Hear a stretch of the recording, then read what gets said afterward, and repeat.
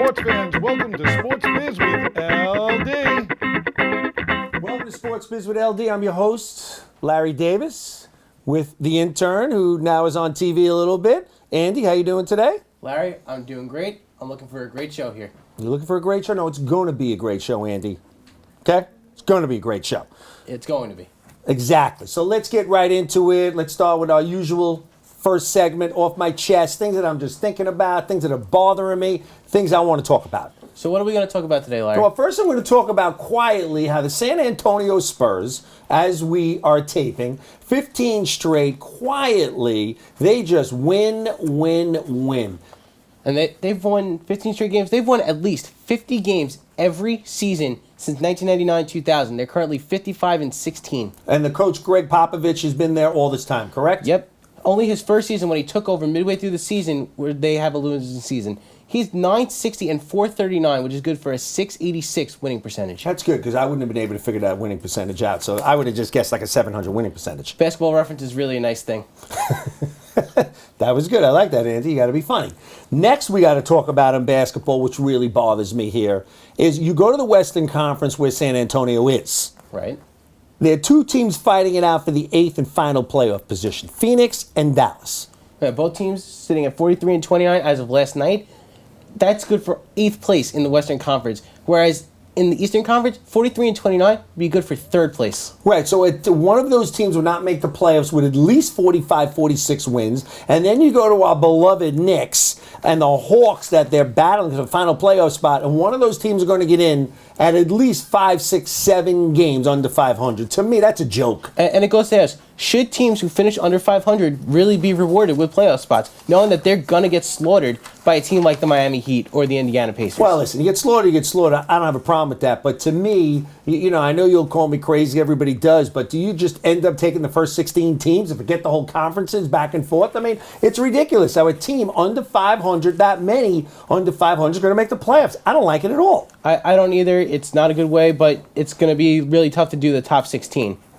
Because you have the two conferences. It's not like where all 30 teams are just mixed up together. Well, you know something, that's another discussion, and I think they should talk about it. Most probably they're not going to do what I'm thinking, switch put one, the first 16 teams. Sure, they're going to stick with the Eastern and Western. It's been going on for years in every single sport, so that's not going to change. And that's a discussion for another day. Well, that's a discussion for every day, but that's besides the point, because there's no one debating. I mean, we got to move on from that. And we're going to talk a little baseball, but what I want to do is bring one of my buddies, one of my best friends on, one of the great Yankee heroes of all time, 1996, the biggest home run, which to me started the dynasty. Jimmy Leyritz is on the phone. What's up, Jimmy? What's happening, LD? How we all doing today? Listen, Jimmy, as usual, buddy, we're doing great, man. Every day is great. You know that. I want to go. If I start the day 6 feet up, I'm doing all right. Jimmy, we're going to go around the league, after this weekend. It's opening day. Even though, Jimmy, opening day was in Australia. I mean, what happened? What's going on, Jimmy? I thought, it's America's game. And it's supposed to start in America. And the Dodgers started in Australia a couple of days ago. It's all about the Benjamin, man. All about the Benjamin. It's one of those things that baseball's doing. They're trying to get this thing going internationally.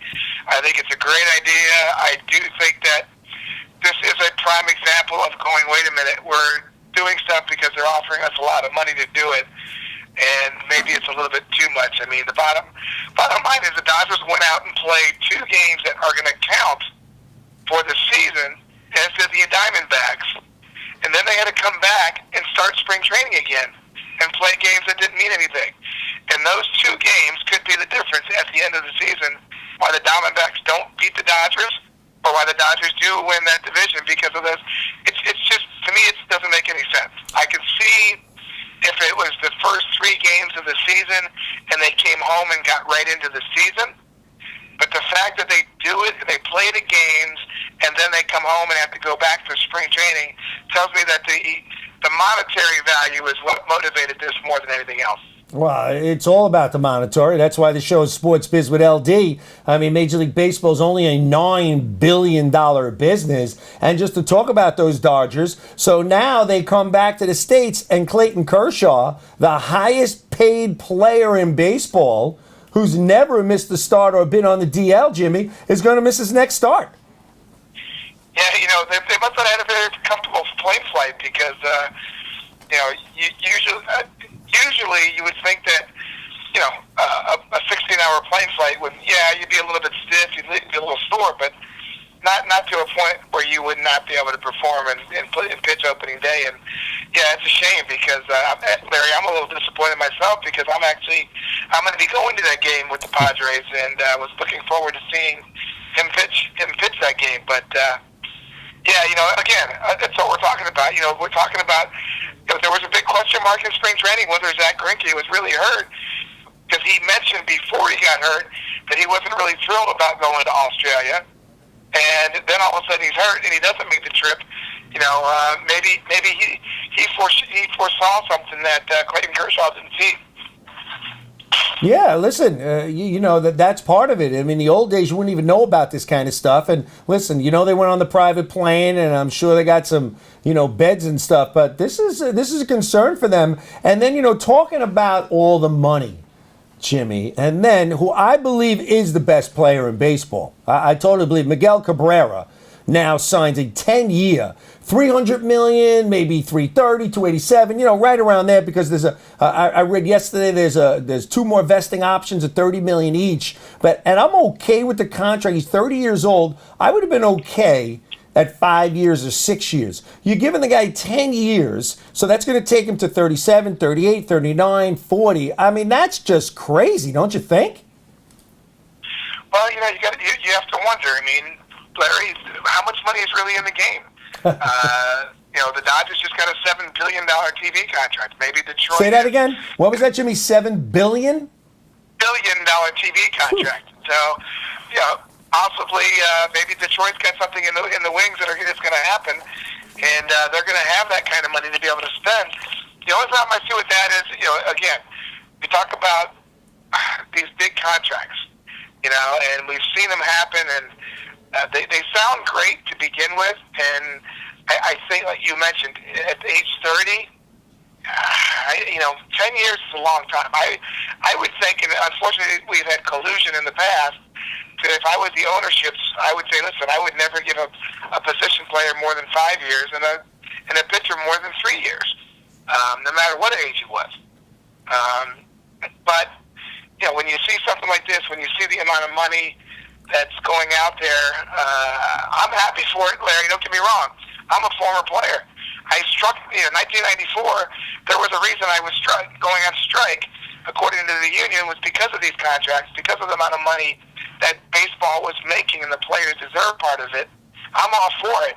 At the same time, I just think that there's got to be a ceiling somewhere that the fans don't get driven away from the game because the amount of money that it costs to go to these games.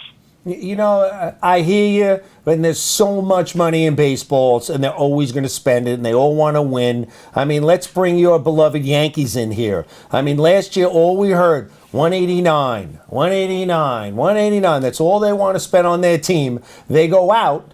They spent $500 million on players, and a guy that you and I know well from the New York Post, one of the Yankee writers, George King, in today's Post, he predicts the Yankees to be in third place with an 83-79 record after they spent $500 million, Jimmy.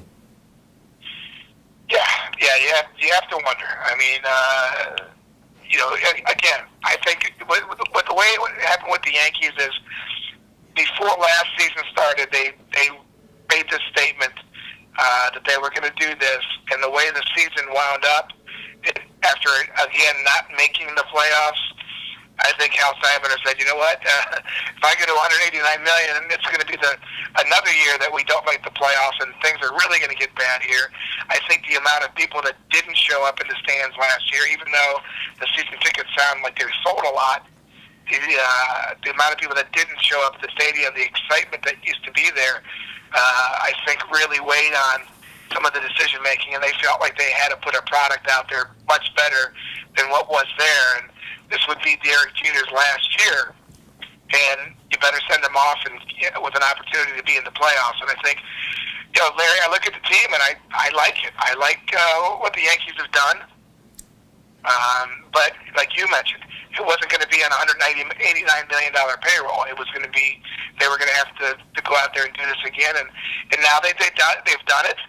Now we'll see what the results are. And, you talk to people around baseball and what they've seen so far in the spring training, and a lot of people feel like the Yankees have, George King obviously doesn't, but a lot of people feel like the Yankees have a good enough team to make the playoffs. Well, a good enough team. I mean, listen, we're talking to the great Jim Leyritz, Yankee playoff guy, which is really what it's all about with George Steinbrenner when he was alive. It's all about the playoffs. Everything else doesn't matter. And you look at this Yankee team, I see a huge hole in the bullpen. I mean, you have some good starters. Okay, great. You have David Robinson, which no one's going to ever be Mariano Rivera. But the great thing about Robinson was he got you to Mariano. Who's going to get them to Dave Robertson? I mean, to me, there's a big hole there in that bullpen, Jimmy. Well, and that's the weakest link. You look at the lineup, and of course you worry about injuries. You worry about, is Brian Roberts going to be able to play second base half of what he did in the beginning of his career in Baltimore, where that would be a good thing. Is Ellsbury going to make it through a season for once, healthy? How much does Beltran have left in the tank? I think offensively the Yankees will be okay. Teixeira seems pretty good this spring training. Brian McCann, I think, is going to have a pretty good season in the new stadium. Jeter's going to be the question mark. If Derek Jeter can go out there and play at 80% in 130, 125 games, then I think the Yankees have a pretty good shot at it. I think, again, championships are won by pitching and defense, but the playoffs you can make if you have a good offense. So I think the offense may make up for some of the problems they have in the pitching staff. But, Larry, I look at the pitching staff, and, Sabathia he's lost the weight, but he looks good. He's going to have to learn to pitch. Instead of that 96, 97, he's going to have to learn to pitch a little bit different. Right. And he looks like he's done okay with that. Kuroda had a good year last year. Nova has the potential to be a great guy. Tanaka, the jury's still out, but, they feel that he could be that. And then Pineda has a pretty decent spring to where his injury hasn't really, reared its head yet. So what their starting for pitching has, I think they have one of the better starting rotations if everything clicks. Again, that's the big if. Well, everything is about the ifs. I mean, I love Pineda. I agree with you on that. CC, we're going to see. Tanaka, of course, we're going to see also. But, Kuroda last year, I didn't love the signing of Kuroda because last year, the second half, the guy was not good when it matters. He's, whatever he was, tired. He's 38 years old. They're getting 15, 16 million. So I don't know about the Kuroda thing, but, bottom line is, you look at the offense, Jimmy, and you tell us, and then we'll move on because I want to talk about your great career. Is spring training mean nothing? Because you do have, and I agree with you, I think Jeets is going to have a good year, but in spring training's batting about 100, Teixeira's batting about 100. So is spring training mean absolutely nothing, or is this a little bit of a prelude to what's going to go on in the regular season? Well, it's not a nothing when you have young kids and kids trying to make a roster. It is to me, when I look at the Yankee roster and I look at the names and all these guys they have track records. They've been through multiple spring trainings. This is a tune-up for them. This is just get ready. And I think Joe Girardi said it pretty good the other day when I was listening to one of his interviews. I'm not concerned about this team the way they play. I'm concerned about this team leaving Tampa healthy. And you know what? For the most part, every one of those guys is leaving the spring training pretty healthy. So I think overall, I think Girardi and the Yankees are very happy with what they have. And again, you look at the names, you look at the players. there's question marks, but they all come down to health. And we can't predict the health. So all we can do is throw these guys out there and see what they can do and go out there every day. And I think, I like the makeup of the ball club. I like the starting lineup. When you have Ichiro as your fourth or fifth outfielder, you got a pretty decent bench with Cervelli as a backup catcher. I like it. Is it something that I think they're going to be the best team? No, I don't think they're going to be the best team in the American League. But I think the Yankees, again, health-wise, stay healthy. They have a shot at winning this division, but also at least making the playoffs. You're on this is Sports Biz with LD. On the phone, the great Jim Laird. Jimmy, I was fortunate enough to help you write your book, Catching Heat. Love it. The book is out there on Amazon. You go to jimlairds.com and get the book. Jimmy, let's talk about you a little bit. You come up with the Yankees, undrafted. Give us a little bit about your story and take us up to, I know you came up with Bernie and Derek and all those guys. Give us a little bit at the beginning of the Jim Laird story, stuff that people can read if they go and purchase the book, Catching Heat. Well, it's interesting how things go in cycles, and I think what I'm looking at with the Yankees right now is basically the early 90s, when pretty much the core of the Yankee team was gone, and Mr. Steinbrenner went and did the spending spree of all the free agents. And as a minor leaguer, with the Yankees, I was always disappointed because I led the league in hitting and yet never moved up a division or never got a chance at the big league club because they were bringing in all these free agents and all these big name free agents. And so there was kind of a discord in the minor leagues that, what are we doing? What are we working for?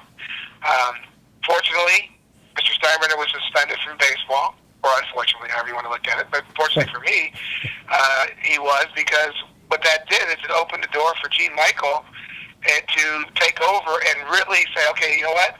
I am going to start a youth movement and let these young kids who have been doing well in our minor leagues have a chance. And we got that chance in 1990, 91, 92. And that's when myself, Kevin Moss, Oscar Zokar, some guys that had been waiting in the minor leagues came up and got off to pretty good starts. And all of a sudden, it was Mr. Steinbrenner, even though he was suspended, was still watching and putting his 2 cents in, said to Gene Michael, wait a minute, you might have something here.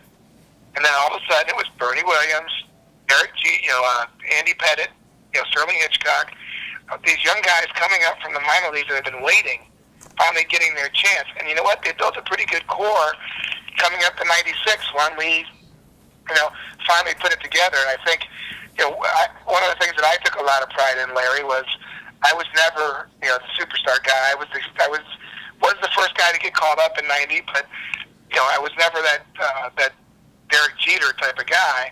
Yet 1996 came along and the season began. I was the most tenured Yankee on the team. And, of course, we all know how the 96 season wound up and how special that year was. And then it was really a great thing to be a part of, coming up through the Yankees, like you mentioned, never being drafted, being in New York through the tough years, and then all of a sudden getting to the point in 95 where we make the playoffs, we give Don Mattingly his send-off, and then in 96, again, this is what I talk about when I mentioned the George King article. In 1996, it was clueless Joe Torre. It was the Yankees are not going to finish. Why did they fire Buck Showalter? All these things that there were a lot of the negativity that we had in '96. Most people forget about it because we ended up winning, but we weren't supposed to do anything that year. We were supposed to be horrible because we had a bad manager, and look how that turned out.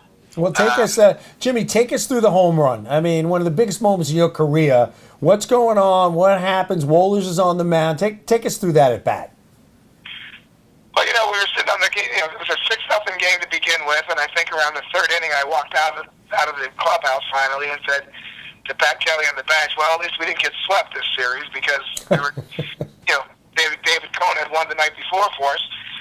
We all kind of felt like the Braves were the better team and they were dominating." Wow. And Joe Torre's comment about he looked at the dugout and he could see that the guys weren't too thrilled and made a comment, "Let's just chip away and see what we can do." We did it. We got the 3 runs, but then when Tino Martinez and Paul O'Neill pinch hit, the switch had a flick for me a little bit. I was going in the game. At the same time, when they struck out, both of them, it was almost like, okay, let's just finish this game and get it over with, because that was our chance. And I go in to catch the bottom half of the inning, and as I'm catching and looking down in the Atlanta bullpen, and I see Mark Wohlers get up, and not knowing much about Mark Wohlers except that he was probably Mariano Rivera, closer of the Atlanta Braves, kind of said, in our own mind, they're going for it. They're going for the kill right now. And if they beat us, we've got, Bobby Cox could feel it, that if they could win that game, the series was over. And, Wohlers is warming up. We come up. Charlie Hayes hits that little ground ball, and it stays fair.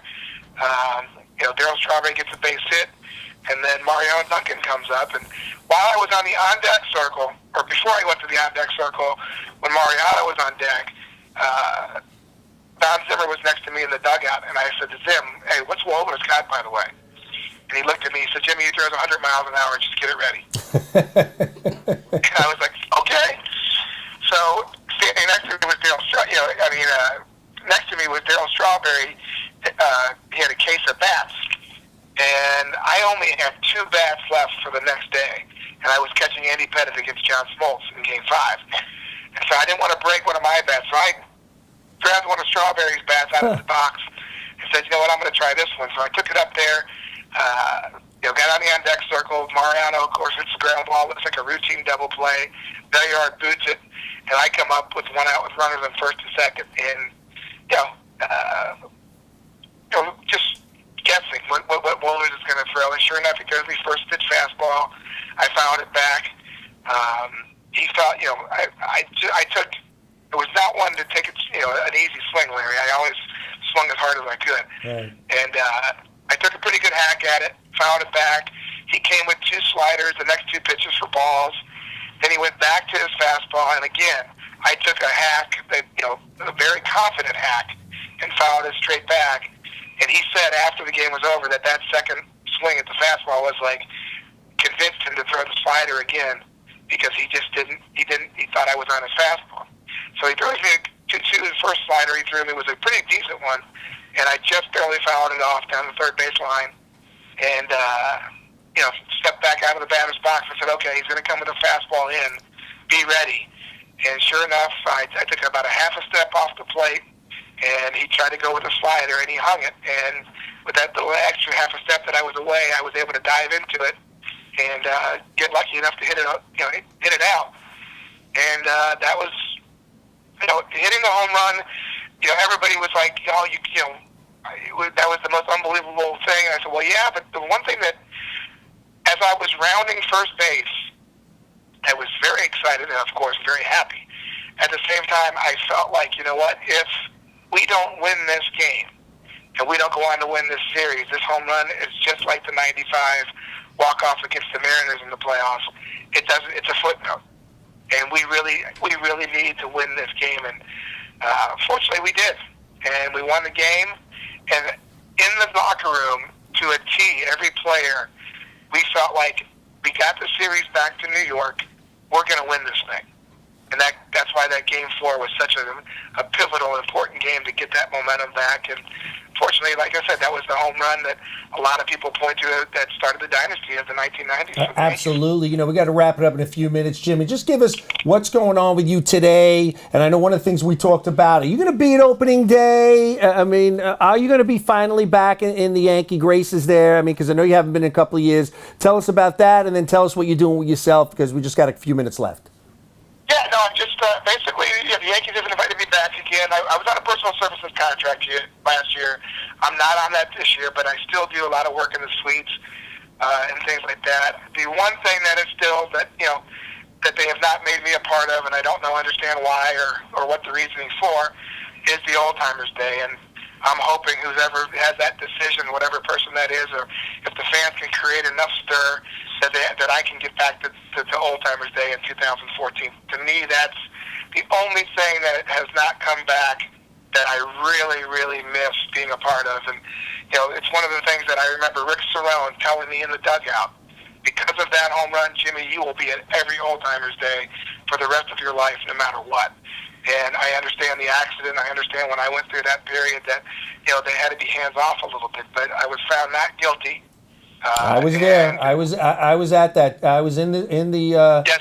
in the courthouse. You were there You're with right. me. Yep. You were with me the entire time, Larry. You were one of the few guys that stood by me and stayed with me that entire time. And I am forever indebted to you for that. You know that. And that's again. Once it was all over with, I started doing some work back with the Yankees. I do the suites. I do a lot of the on-field stuff. But the one thing that is still eating at me that I just would love to be a part of is especially this year, because I think they're honoring the '99 championship team, which is the one I hit the last home run of the century. They're honoring them this year at Old Timers Day, and just to be a part of that family. I gave up 11 years of my life to the Yankees, and would want to be a part of that. So we'll see when that happens. As far as what I'm doing now, I live out in California. I'm getting ready to get remarried to a beautiful woman named Michelle. I have all three of my boys with me. She has 2 daughters, so we have a little Brady bunch.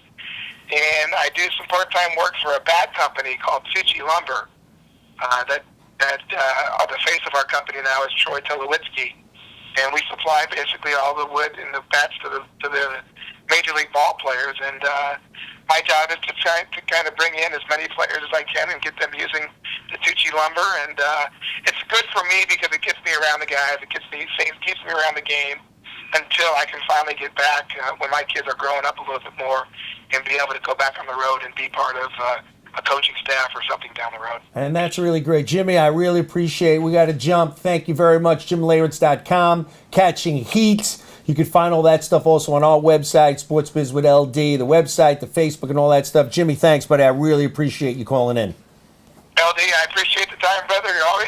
You're a friend for life, and I look forward to seeing you when I get up there. Yes, we'll see you next week. The great Jim Layritz, everybody. Thank you. We're running late on the show. Don't forget SportsBiz with LD on the Twitter. Don't forget SportsBiz on the Facebook. Don't forget everything else that we got going on. Everything's about SportsBiz with LD. We love blue chip marketing with the silent E. One last thing, Chloe, you want to come in? You want to say something? Last week, Chloe, my daughter had one word. That's all she had was one word to say last week. What was that word last week, Chloe? Hi. Now what do you want to say? Hi, Rachel. That's it, just your friend. What about hi, Mom? Everybody in this world always does hi, Mom. What about hi, Mom?